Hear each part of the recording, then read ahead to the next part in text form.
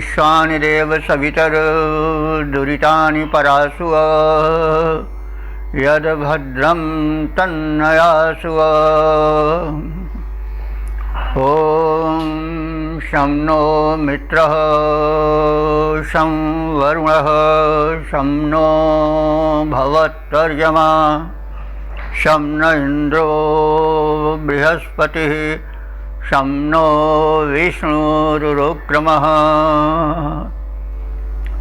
ॐ तेजोसि तेजोमयि धेहि ओजोसि ओजोमयि धेहि asado मा सद्गमय तमसो मा ज्योतिर्गमय मृत्योर्मामृतं गमय। ॐ जीवेम शरदः शतं पश्येम शरदः शतं शृणुयेम शरदः शतम् अदीनः स्याम शरदः शतम्। ॐ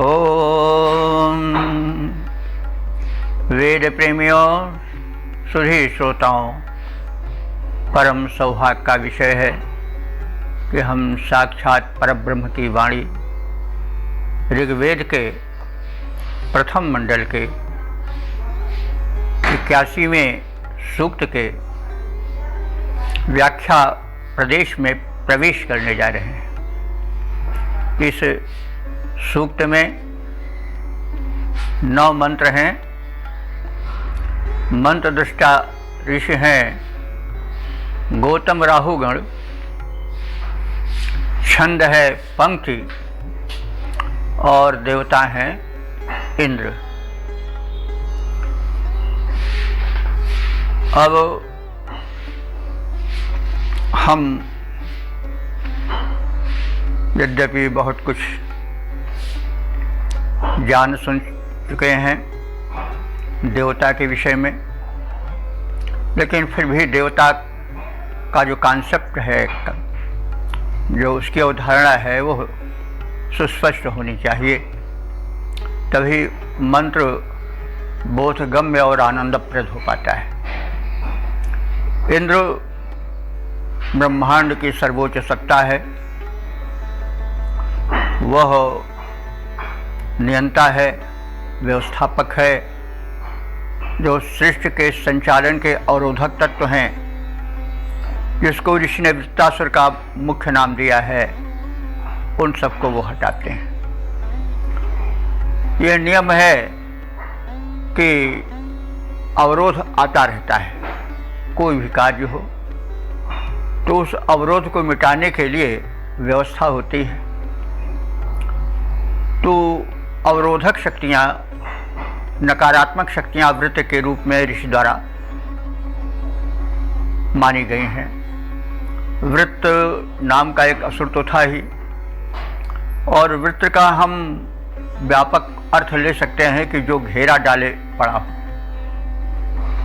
तो युद्ध और शत्रु भी बड़े व्यापक शब्द हैं।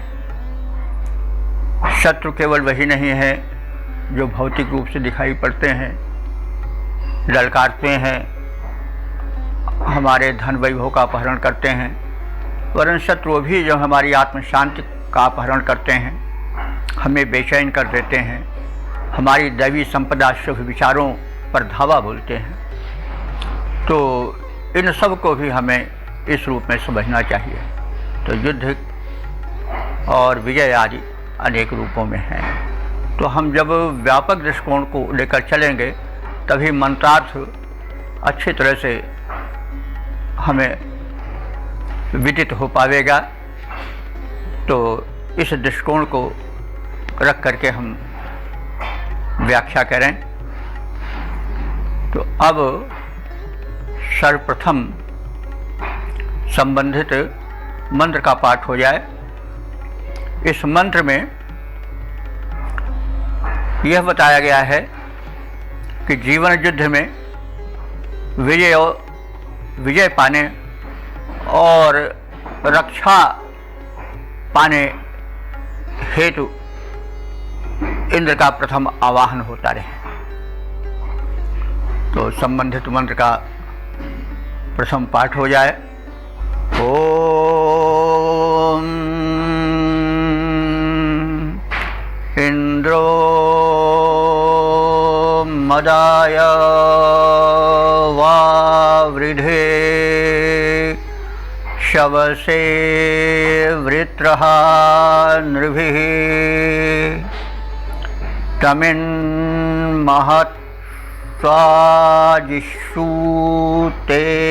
मर्भे हवामहे स वाजेषु प्रणो विशत। शब्दार्थ से परिचय प्राप्त करें। इंद्रो इंद्र वृत्रः अस्ति। वह जो इंद्र है, सर्वस्वामी है, ब्रह्मांड नायक है, वह वृत्रः है, वृत्तासुर का बाधक है, जो चारों ओर घेरा डाले पड़ा है। धरती जब जीवन पाती है, जल द्वारा सिंचन पाती है, वृक्ष द्वारा, तो उसको रोकने के लिए वह बादलों में समा जाता है और अवरोध उत्पन्न करता है। इसी प्रकार जब सच्चित आनंद स्वरूप आत्मा में आसुरी प्रवृत्तियां घेरा डाल लेती हैं, काम क्रोध लोभ मद मोह मात्सर्य जो षड्रूप माने गए हैं, वे जब घेरा डाल लेते हैं, अपना वो विजित प्रदेश मान लेते हैं, तो एक संकट खड़ा हो जाता है। तो इस समय इंद्र की आवश्यकता होती है। भगवत दत्त हंसराज जो वैदिक विद्वान हैं, उन्होंने वैदिक कोश में लिखा है कि इंद्र वही आत्मा, इंद्र आत्मा भी है, इंद्र वही प्राण, इंद्र प्राण भी है। तो इंद्रिय शब्द इंद्र से ही बना है, क्योंकि प्राण से अथवा आत्मा से ही जो है वो इंद्रियां बल पाती हैं। इंद्रियां हमारी कर्मेंद्रियां, ज्ञानेंद्रियां, प्राण या आत्मा इसे शरीर रूपी जगत में, संसार में न रह जाए तो नेत्र, कर्ण, त्वचा, रसना आदि सब अपना कार्य बंद कर देते हैं, किसी में शक्ति रह नहीं जाती है। तो सबका वो अधिष्ठाता है आत्मा रूप में बैठा हुआ इंद्र, इसी से इंद्रिय बना है। तो युद्ध तो सर्वत्र करना पड़ता है। दुर्वृत्तियाँ, असुर अथवा आसुरी शक्तियाँ तो सर्वत्र हम सबको घेरे रहती हैं, हमारे सुख शांति पर डाका डालती हैं। इसके लिए हमें इंद्र से सहायता लेनी पड़ती है, उस शक्ति को जागृत करना पड़ता है जो कि हमारी बाधाओं को हरण करने वाली है। तो इसलिए वृत्रः इंद्र, इंद्र को वृत्रः कहा गया है। हम प्रत्येक शब्द के व्यापक अर्थ में प्रवेश करें, तब हमें लौकिक अर्थ और जो है वो आध्यात्मिक अर्थ का पूर्ण परिज्ञान हो पावेगा। वैसे तो वेद मंत्र इतने व्यापक हैं कि उनका पार पाना कठिन है, फिर भी हम अधिक से अधिक उसका लाभ ले सकते हैं जब शब्दार्थों पर ध्यान देकर के उसका चिंतन मनन करेंगे। तो वृत्रः इंद्रः नृभिः वावृधे, नृभिः माने मनुष्यों द्वारा, उपासकों द्वारा। नृ माने मनुष्य होता है, नर, तृतीया बहुवचन है नृभिः, मनुष्यों द्वारा, उपासकों द्वारा। वावृधे माने प्रशंसा द्वारा बढ़ाया जाता है, वृद्धि को प्राप्त कराया जाता है, यानी उसमें शक्ति का वर्धन होता है, नवीन जागरण होता है, प्रार्थना में बड़ा बल होता है। प्रार्थना से दिव्य शक्तियाँ जागृत होती हैं, हमें उनका बोध होता है। इसलिए प्रार्थना यदि सच्चे दिल से की जाती है तो निरर्थक नहीं होती है। तो इसलिए प्रार्थना पर ऋषि बड़ा बल देता है। तो निर्भृह वावृधे, मनुष्यों द्वारा, उपासकों द्वारा जो व्यापक इंद्र है उसको बढ़ाया जाता है, यानी उसकी शक्ति को आत्महित के लिए, जगत हित के लिए प्रवृद्ध करने का उपक्रम होता है। तो तम इत,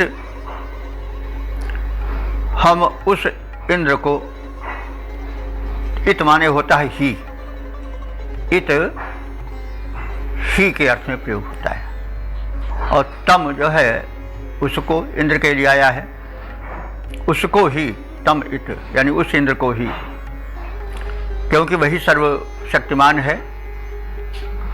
तो महत्सु आजिषु, महत का सप्तमी बहुवचन है महत्सु। महत्सु माने बड़े बड़े, किस बड़े बड़े? आजिषु, आज का अर्थ होता है युद्ध, तो आजिषु माने युद्धों में। तो महत्सु आजिष, जो जीवन में हमको बड़े युद्ध करने पड़ते हैं उनमें, और अर्भे आजिषु, अर्भे कहते हैं अल्प युद्धों में, छोटे युद्धों में। तो कभी तो युद्ध बड़ा व्यापक होता है और कभी छोटा मोटा भी युद्ध होता है। युद्ध तो हमेशा लगा रहता है। आप देखेंगे, देखते आ रहे होंगे कि ऋग्वेद में युद्ध शब्द के बड़े पर्यायवाची हैं, और वेदों में और भारतीय संस्कृत में, उसके बाद उपनिषद, रामायण आदि में देखा गया है कि जो जितना महत्वपूर्ण होता है उसके उतने ही पर्यायवाची होते हैं। तो युद्ध को बड़ा महत्व दिया गया है, क्योंकि युद्ध तो प्रत्येक स्तर पर होता ही रहता है, इसलिए महत्वपूर्ण है। और युद्ध में जो हार गया वो हार हरेली हो गया, अपने अस्तित्व को खो बैठता है। जो जीत जाता है उसका अस्तित्व चमक उठता है। इसलिए युद्ध से घबराना नहीं चाहिए, चाहे आंतरिक युद्ध हो चाहे बाह्य युद्ध हो। यह संदेश है ऋषि का। तो महत्स्वाजिषु, बड़े बड़े व्यापक युद्धों में, और अर्भे छोटे युद्धों में भी हवा में है। हम उस सर्वशक्तिमान इंद्र को हवा में है माने आहूत करते हैं, आवाहन उसका करते हैं। और सह माने वह इंद्र, वाजेषु, अब देखिए यहाँ भी वाज शब्द आया है। वाजेषु माने युद्धों में। तो वाज शब्द आज भी हम देखें तो हमें मिल सकता है लोक भाषा में भी। वो बड़ा बजनी कर रहे थे, कहा हो बजनी कर रहे हो, बाज जाना या बाज भिड़ जाना, क्या उसमें आज भी बच गया या बजनी कर रहा है। तो इस तरह से तो वाजेषु माने युद्धों में। तो अभी यही हम देखें कि 3 शब्द आए। एक तो आज शब्द आया युद्ध के लिए, दूसरा आया अर्भे छोटे युद्ध के लिए, और तीसरा आया वाज शब्द, वाजेषु सप्तमी में, युद्धों में। नह माने हम सबको या हमारा, आविशत माने रक्षण करे। तो ऐसा समर्थ इंद्र जिसको कि हम अपने प्रार्थना बल से जागृत किए हैं सहायतार्थ, वो हमारे जीवन में होने वाले सभी छोटे बड़े युद्धों में, चाहे जिस कोटि का युद्ध हो, उसमें वो हमारी सहायता करें, क्योंकि वो परम समर्थ हैं। तो इंद्र वृत्रहंता है, बाधक शत्रुओं का विनाशक है, यह उसका विरुद्ध है, वैशिष्ट्य है। हर्ष और उत्साह बलवर्धन की कामना से देखिए यहाँ आया है मदाय शब्द हर्ष के लिए। मद शब्द जो है वह आज की भाषा में तो बहुत अच्छा नहीं माना जाता। मद घमंड के लिए या मद शराब के लिए भी प्रयोग करते हैं, लेकिन मद आनंद के लिए ऋग्वेद में प्रयुक्त हुआ है। शब्द का भाषा विज्ञान के क्रम से उत्थान और पतन होता रहता है, तो शब्दों का पतन ज़्यादा होता है। कहने वाले उनके अर्थ में बाद में आनंद को लोग जब शराब पिए रहे होंगे तो उसमें ज़्यादा आनंद आता होता तो उसी को मद कह दिए होंगे, लेकिन मूल उसका है जो ब्रह्मानंद से जुड़ा हुआ है, परमानंद से जुड़ा हुआ है। और शव से, शव भी चतुर्थी एक वचन है। शव से माने पराक्रम के लिए, बल के लिए।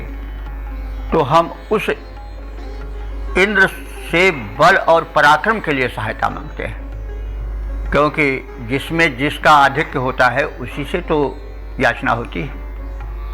तो इस प्रकार से इसका भावार्थ ये होगा कि इंद्र वृत्र हंता है।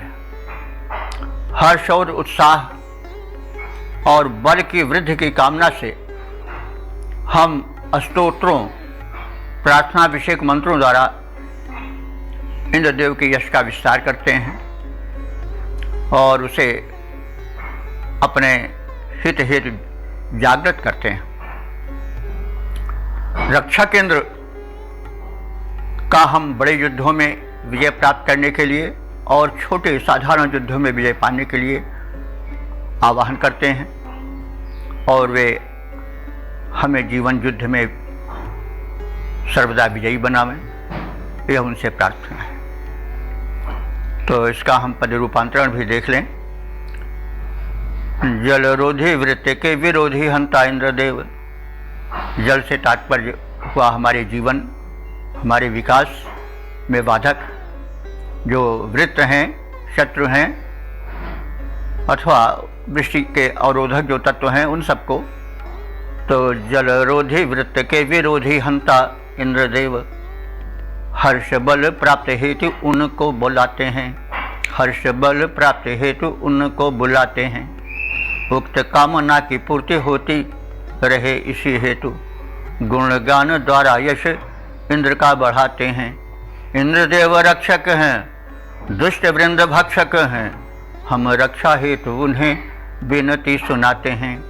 छोटे बड़े युद्धों में सहायक हमारे बने। नायक हैं, अष्टगुण गान नित्य गाते हैं। नायक हैं, अष्टगुण गान नित्य गाते हैं। ओम।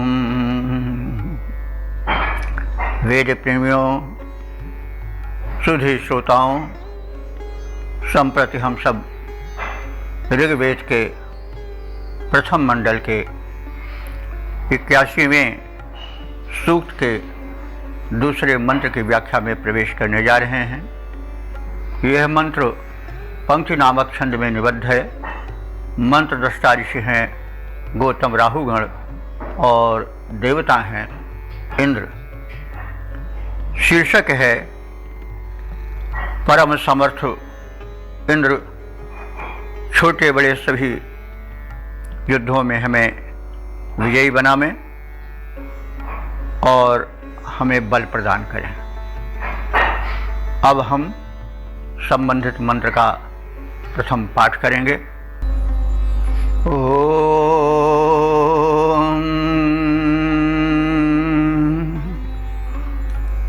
असि वीर सैन्योसि भूरि पराददिः असि दभ्रस्य चिद्वृधो यजमानाय शिक्षसि सुन्वते भूरि ते वसु। शब्दार्थ से परिचय प्राप्त करें। वीर, हे वीर इंद्र।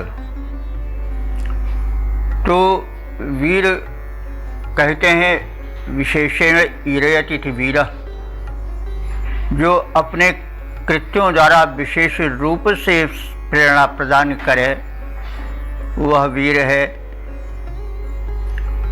और जो विरोधियों को चित्त कर दे वो भी वीर है।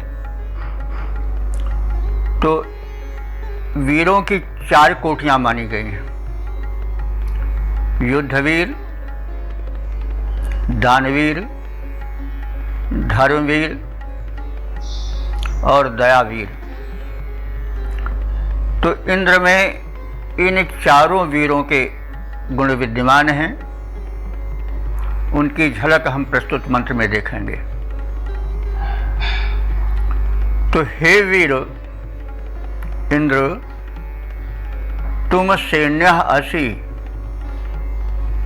तुम स्वयं में एक सेना हो।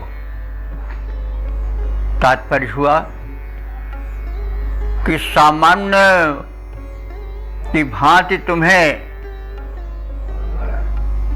जनसंख्या वाली, वृद्धि वाली, बड़ी भारी चतुरंगिणी सेना तैयार करने की आवश्यकता नहीं रहती। तुम इतने समर्थ हो कि अपने आप में स्वयं एक सबल सेना हो। सैन्य असि, भूरि परा दधि असि। भूरि माने बहुत अधिक, परा माने परमोत्कृष्ट, दधि माने प्रदायक, प्रदाता, असि माने हो।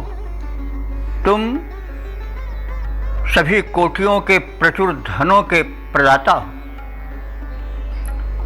दभ्र से,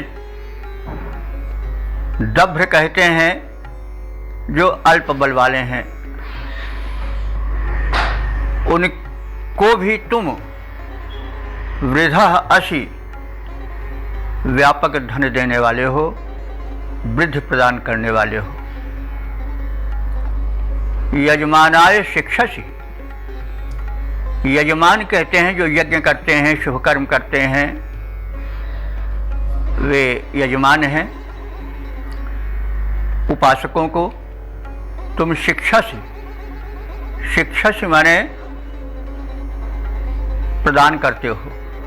शिक्ष शब्द है, तुम उनको अपेक्षित धन प्रदान करते हो। तो देखिए, शिक्ष शब्द शिक्षा में विशेष रूप से प्रयुक्त होता है, एजुकेशन जिसको हम कहते हैं। लेकिन यह शब्द सूचित करता है कि हमारे यहाँ विद्याधन जो था वो भौतिक धन लेकर के नहीं दिया जाता था, वो बिना किसी शुल्क के दिया जाता था, ताकि जो समाज के प्रतिभा संपन्न व्यक्ति हैं, बालक हैं, जो धनहीन प्रतिभाएं हैं, वे अविकसित न रह जाएं। आज के वातावरण का यह बड़ा दोष है कि तमाम प्रतिभाएं धन के अभाव में मुरझा जाती हैं।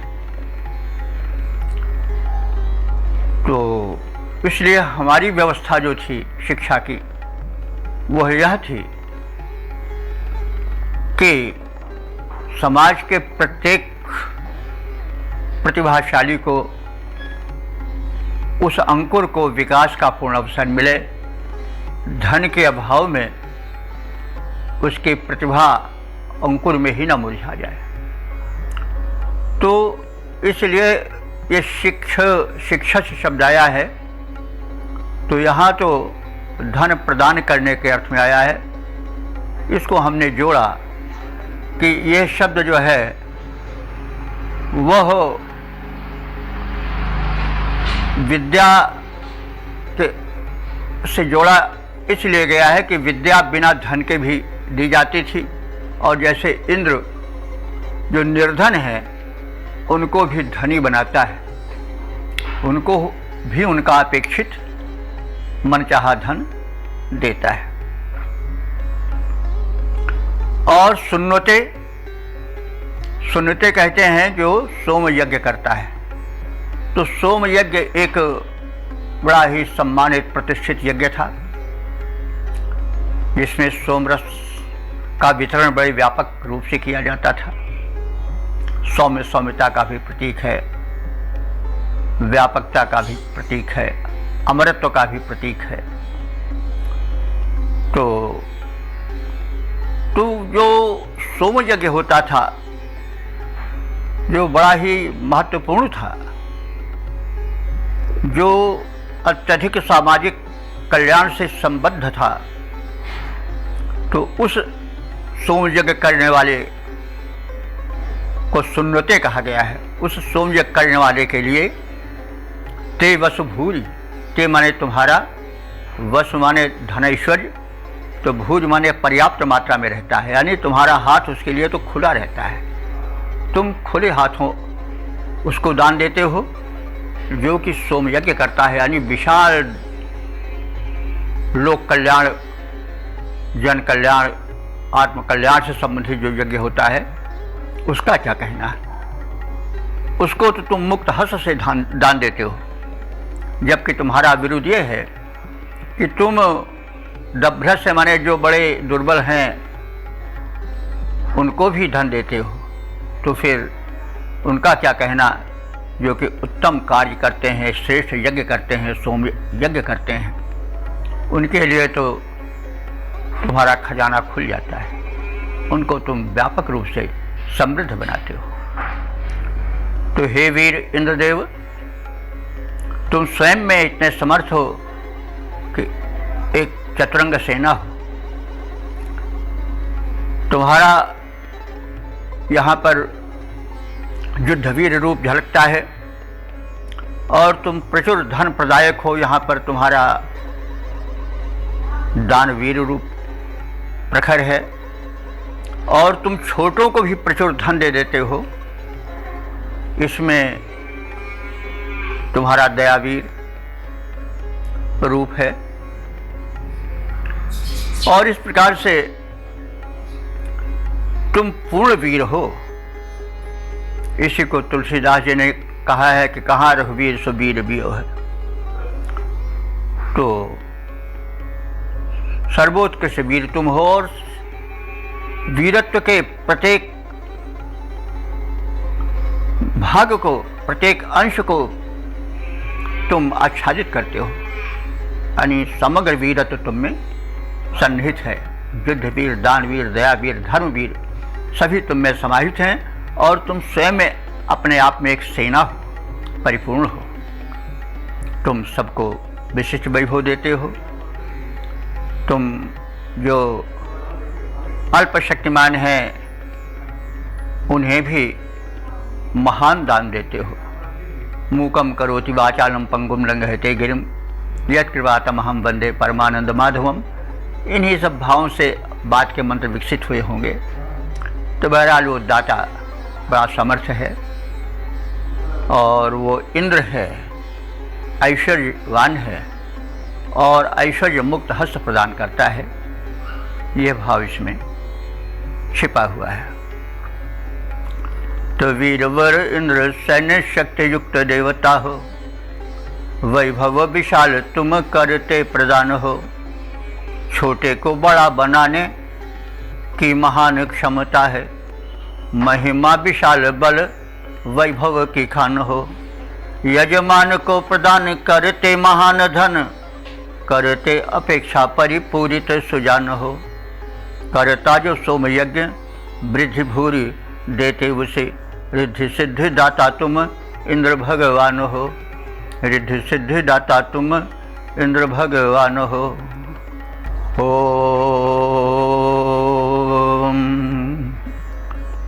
ओम। वेद प्रेमियों, सुधी श्रोताओं, संप्रति हम सब ऋग्वेद के प्रथम मंडल के 81वें सूक्त के तीसरे मंत्र की व्याख्या में प्रवेश करने जा रहे हैं। यह मंत्र पंक्ति नामक छंद में निबद्ध है। मंत्र दृष्टा ऋषि हैं गौतम, राहुगण और देवता हैं इंद्र, शीर्षक है कि जीवन युद्ध में हम खोए नहीं बल्कि पाएं। अब संबंधित मंत्र का प्रथम पाठ हो जाए। ओम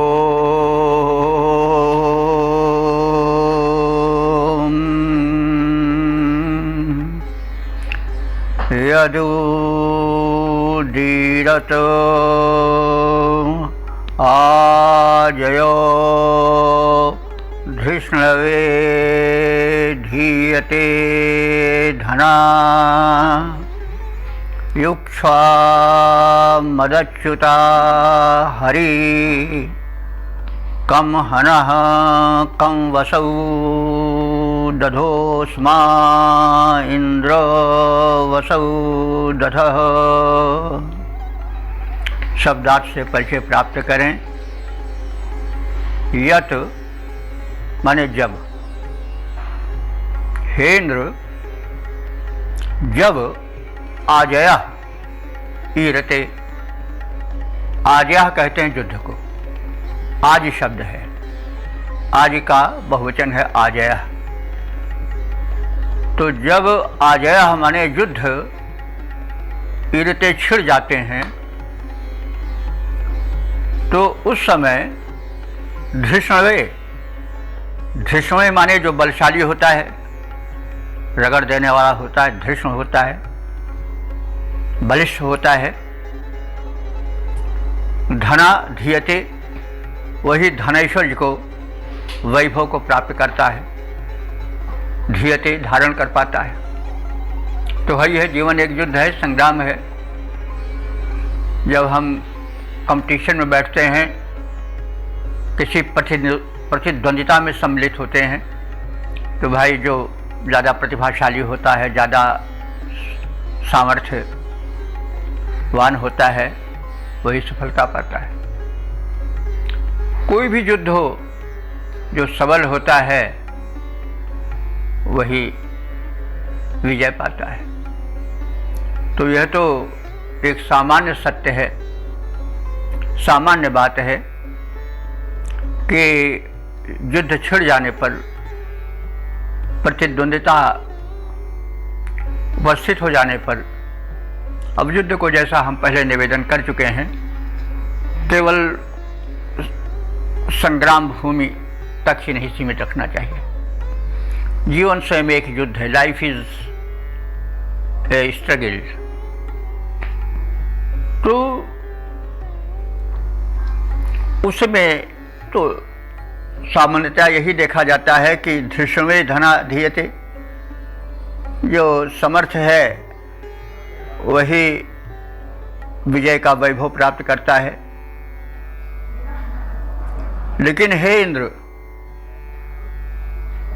तुम जो तुम्हारे शरणागत होते हैं, तुम्हारे आश्रित होते हैं, तुम पर विश्वास रखते हैं, तुम उनकी सहायता करते हो, उन्हें बल देते हो।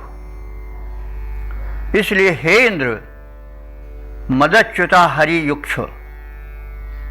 मदच्युता माने, मद माने घमंड भी होता है, यहाँ मद गर्व के लिए प्रयुक्त है।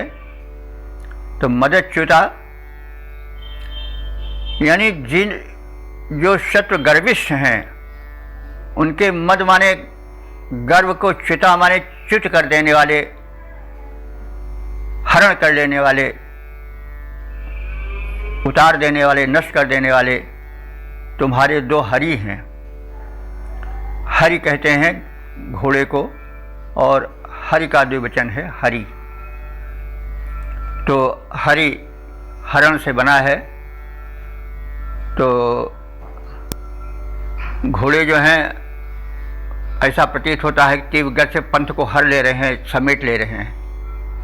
उनकी तीव्रता का बोधक है, और इसी तीव्रता को ध्यान में रख करके उनको हरि का नाम दिया गया है। तो जो हरण कर ले वो हरि है। भिन्न भिन्न अर्थों में प्रयोग होता है। यहाँ पर हरि शब्द घोड़ों के लिए है। तो इंद्र अश्वारूढ़ है, उसके रथ में घोड़े रहते हैं। तो ये चीज़ ध्यान देना है कि इंद्र का वीर रूप ऋग्वेद में युक्त है। पौराणिक के अंदर तो हाथी पर चलता है, ऐरावत पर। वो एक विलासिता सूचक सवारी है हाथी, उस पर आदमी झूमता हुआ चलता है और घोड़े में तन कर बैठा रहना पड़ता है। तो इस पर भी ध्यान रखना चाहिए कि तो जो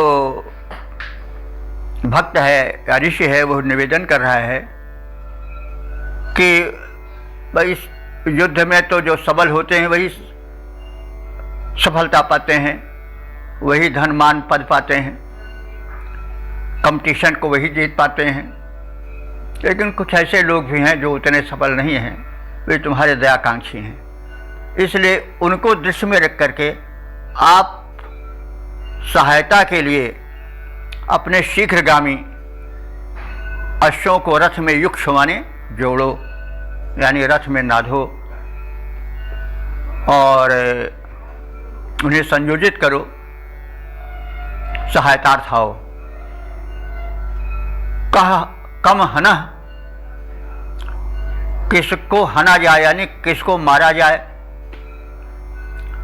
कम वसु, वसु कहते हैं धन को। कम माने किसको और किसको धन दिया जाए, यह तो तुम्हारे अधीन है, तुम पर निर्भर है। हम तो यही कहेंगे कि असमान वसौ दशा, हम लोग इतने सक्षम नहीं हैं, आप कृपालु हो। हम सबको वसौ माने धन को दो, दधा माने धारण कराओ दो, वसौ माने आश्रय भी होता है जिसको वास कहते हैं, वासस्थान। तो हमको आश्रय दो अथवा हमको धन दो और हमें इस जीवन की प्रतिद्वंदिता में, जीवन के संग्राम में निराश्रित मत छोड़ो। यहाँ पर एक भक्ति भावना है, एक समर्पण है, एक याचना है। वैसे वैदिक ऋषि कभी दीन अपने को नहीं बनने देता, लेकिन भक्त का एक लक्षण यह भी है कि भगवान के आगे निवेदन के समय अपने को छोटा ही कहना होता है। राम सो बड़ो है कौन, मोसो कौन छोटो, राम सो खरो है कौन, मोसो कौन खोटो। तो ऐसी बात नहीं, तुलसीदास जी तो स्वयं बड़े समर्थ हैं और वो बड़े ऊंचे कोटि के महात्मा थे। तो ऐसी बात तो नहीं कि उनके बराबर कोई गया गुजरा नहीं है, लेकिन वो एक प्रणति जो है वो एक भक्त का लक्षण है। जब विराट के समक्ष सूक्ष्म खड़ा होता है, छोटा खड़ा होता है, अल्प खड़ा होता है, तो उसका गर्व ढह जाता है। कह रहे हम क्या हैं भाई। तो जब उस परम शक्ति का स्वरूप ध्यान में आता है तो जो एक संकुचित अहम होता है वो अपने आप गल जाता है। नहीं तो क्षुद्र नदी बढ़ चलित रही, नहीं तो मनुष्य तो छोटी नदी की तरह होता है, थोड़ा पाया नहीं, थोड़ा बड़ा हुआ नहीं कि फूला नहीं समाता है, चारों ओर उबल जाता, उफाना जाता है। तो इस स्थिति में जो यहाँ नम्रता है कि आप, हम तो उतने समर्थ नहीं हैं, युद्ध को तो वही जीतते हैं, उसका लाभ वही पाते हैं जो समर्थ होते हैं, कंपटीशन वही जीत जाएंगे, कंपिटिटिव वही हो पाएंगे, सफलता वही पाएंगे जो भाई हर तरह से सक्षम है।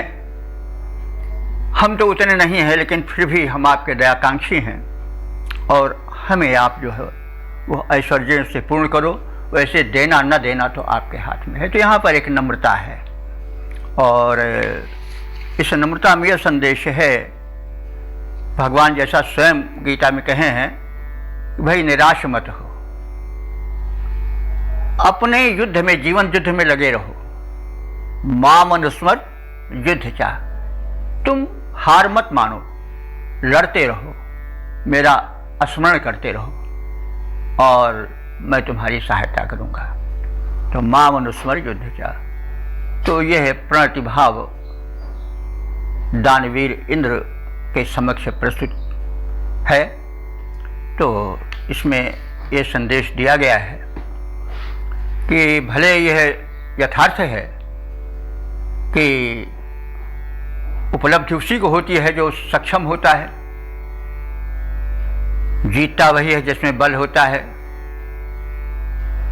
और वीर भोग्या वसुंधरा ये भी सत्य ही है।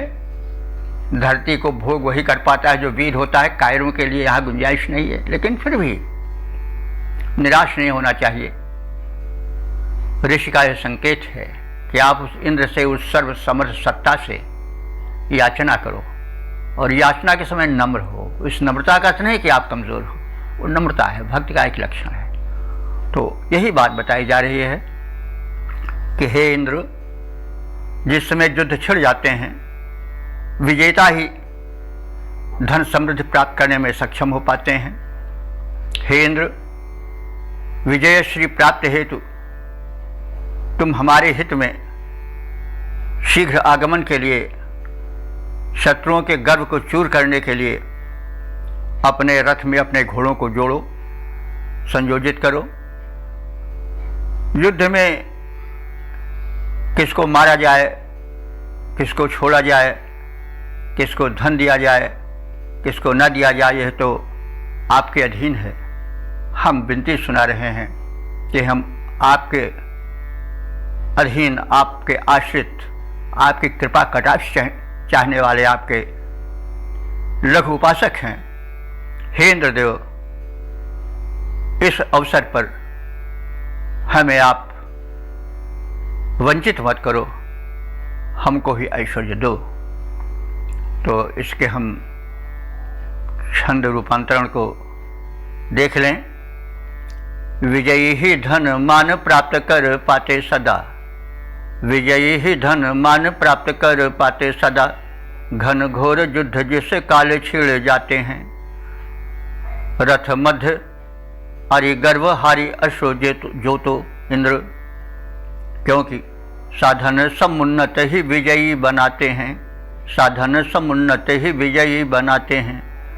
किसे मारा जाए, किसे धन से संवारा जाए, इसे तुम जानो हम विनती सुनाते हैं। धन धान्य पूरित बनाओ हमें इंद्रदेव, धनी पक्ष युद्ध में सफलताएं पाते हैं। हम तो आपके कृपाकांक्षी हैं। तो इस प्रकार से इस मंत्र के आशय में हम लोग प्रवेश किए।